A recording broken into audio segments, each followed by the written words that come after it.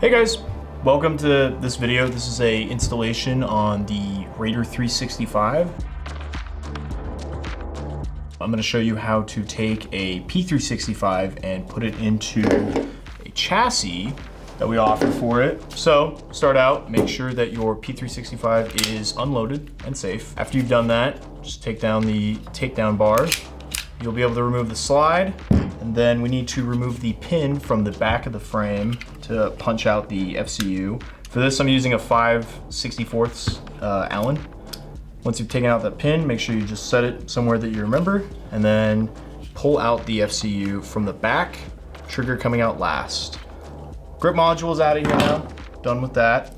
So, once you have your slide and FCU out, we can then take the 365 out of the package. One of the first things I'll note is that we have a new recoil lug system in here. So this one is on spring tensioners. It's there to help with tolerance gap difference between various FCUs.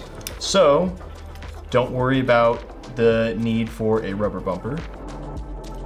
In the event that you have a RAIDER 365 that does not have the moving recoil lug, that's okay. For the spacer or tensioner on this one, we simply used a half-cut O-ring that we placed onto the rear of the FCU behind the trigger. There's a little ledge. Once placed onto the FCU, we leave the FCU face down, and then we just simply scoop the trigger and FCU into the 365 frame. Once you kind of have it pinched together, you can flip it right side up and then proceed to squish it in the rest of the way. I will note that these O-rings are not necessary unless you notice that you have FCU wobble or slop on side to side or back and forth movement. In the event that you are installing your 365 FCU into a polymer 365, you may notice that the recoil lug is molded into the chassis, so you don't have the spring tension one. That is okay.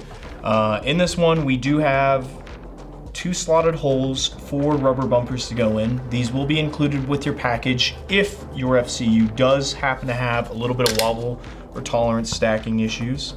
To do the installation, you're just going to take 2 the little rubber pieces and face them vertically up. Once you've done that, you're going to smash your FCU into there. Nice little tight fit on this one. And you are going to put the rear pin in. Once you put the rear pin in, you are good to proceed with installation as normal.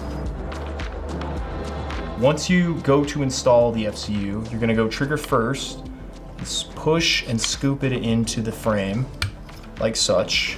Then after you've mashed it down, you're gonna wanna take your little rear pin for the FCU and push it in. You can usually get it about halfway in, then you'll take some sort of tool to just push it the rest of the way, like such. So now that my FCU is secured in here, I have the takedown lever facing up towards the sky. I'm going to, typically I would just install the slide, but for this case we're going to be removing the guide rod and changing out the barrel to a 6-inch barrel. Once we've installed the 6-inch barrel, we will just put the slide back together and then install it as such.